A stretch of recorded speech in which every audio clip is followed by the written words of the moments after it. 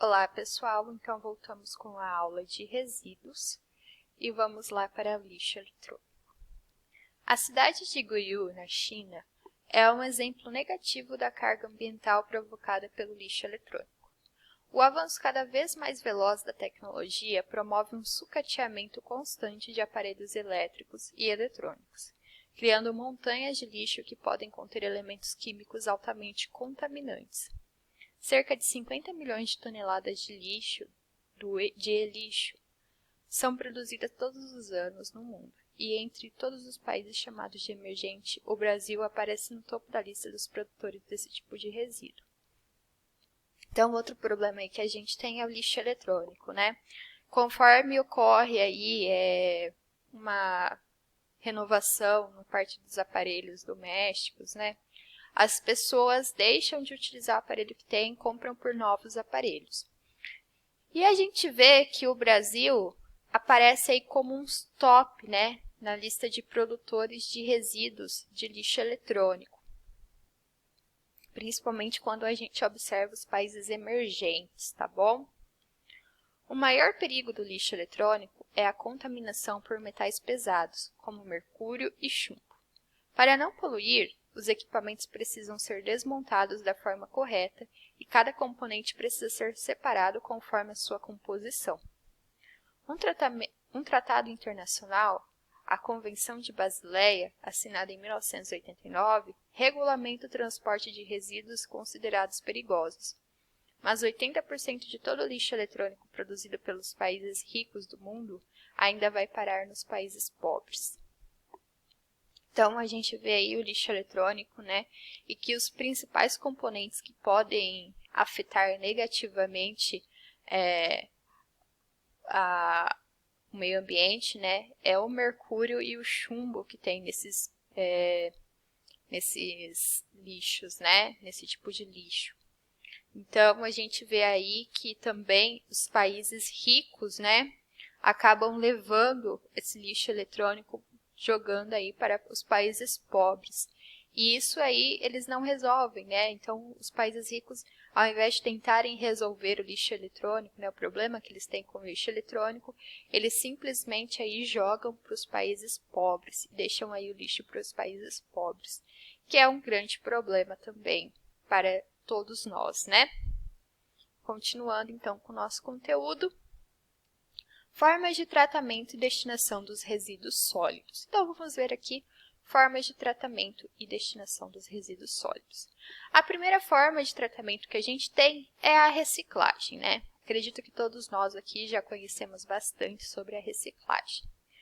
A reciclagem consiste basicamente da reintrodução dos resíduos no processo de produção.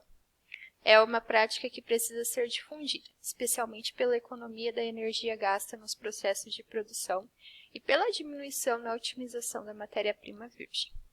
Entretanto, para ser viabilizada em maior escala, torna-se inevitável a adoção de políticas voltadas à regulamentação e incentivos ao setor.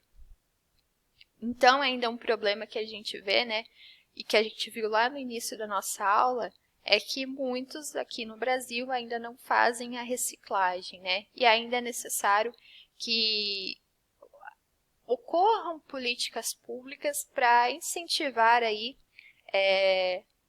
a produção, não sei se eu posso dizer a produção de reciclagem, mas o tratamento aí da reciclagem nas casas, né? Que os resíduos aí comecem a receber reciclagem, tá bom, pessoal? Vamos para o próximo. Compostagem. Constitui-se no processo biológico de decomposição da matéria orgânica contida em restos de origem animal ou vegetal. Esse processo tem como resultado final um produto, o composto orgânico, o que deve permitir sua aplicação no solo sem ocasionar riscos ao meio ambiente. É muito prático no meio rural. É muito praticado no meio rural. Para ser aplicado aos resíduos sólidos urbanos, necessita-se de um rigoroso processo de triagem de sua fração orgânica para livrá-lo de componentes tóxicos ou perigosos. Então, aqui a gente tem outra forma de tratamento dos resíduos, é a compostagem, né? Bastante conhecida a compostagem.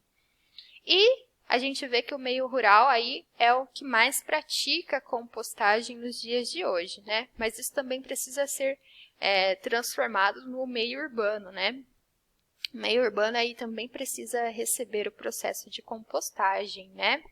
E como que é realizado o processo de compostagem? Então, todos os resíduos orgânicos, né? Como restos de alimentos ou restos de origem animal, né?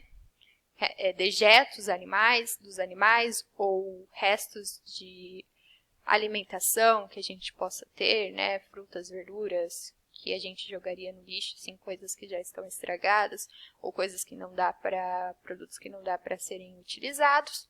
Seria feito o processo de compostagem. Como que consiste esse processo de compostagem? Primeiro você vai pegar ali, né,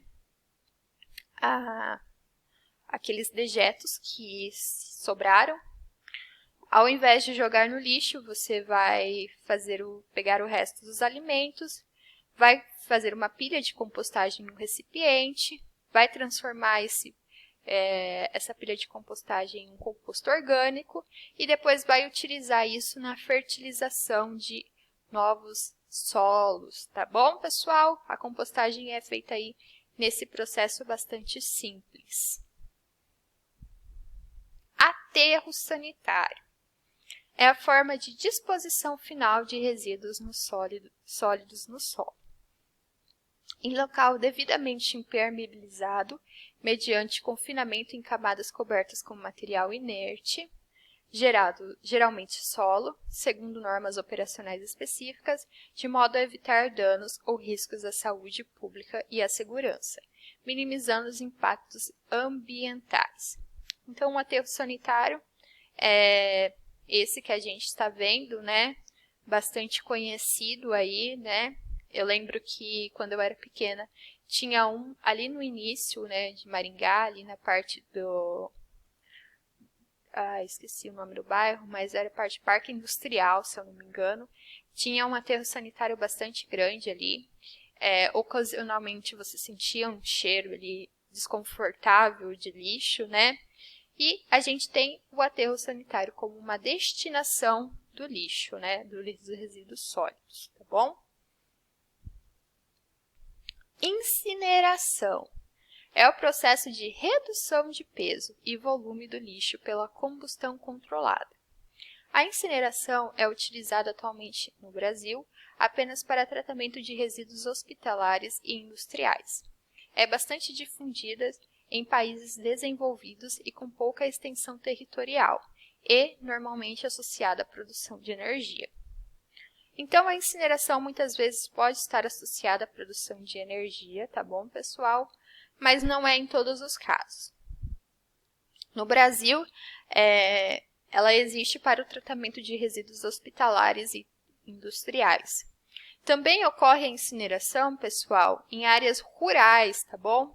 Muitas vezes, em áreas rurais, não passa ali o caminhão de lixo para retirar o lixo das casas. Então, uma das opções que as pessoas do meio rural têm, mais fácil para eles também, é a incineração dos resíduos, tá? Então, eles queimam ali, só que acabam queimando no ambiente de casa mesmo, né? Que pode aí afetar também o solo que eles têm. Então, eles acabam, na casa deles, incinerando os lixos que o caminhão de lixo não passa, no meio rural, né? Só que muitas vezes aí pode ser perigoso para o solo, né? Porque eles acabam fazendo isso em condições sem equipamentos específicos, né? E que pode afetar aí o solo que eles têm, tá bom, pessoal? Então, vamos lá. Os perigos dos resíduos sem tratamento para o meio ambiente.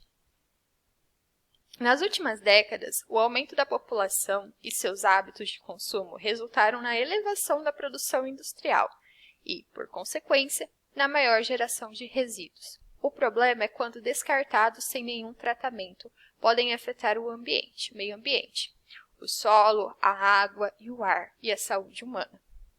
A poluição do solo, por exemplo, pode alterar suas características físico-químicas. representando grave ameaça à saúde pública, ao tornar o ambiente propício ao desenvolvimento de transmissões de doenças. Essa deposição de resíduos perigosos no solo e nos vegetais prejudica a flora e a fauna, além de ser responsável por reduzir a produção agrícola. Então, os perigos dos resíduos sem tratamento para o meio ambiente são vários, né, como a gente viu. Depositar somente esses resíduos no meio ambiente não é válido, né? Porque isso pode prejudicar aí a fauna e a flora do meio ambiente, tá bom, pessoal? Só que é muito comum a gente ver isso aqui no Brasil, né? Infelizmente ainda é muito comum da gente visualizar essas situações aqui no Brasil, né? Então, a gente fica por aqui nesse vídeo e voltamos com a aula no próximo vídeo, ok? Tchau, tchau e até mais.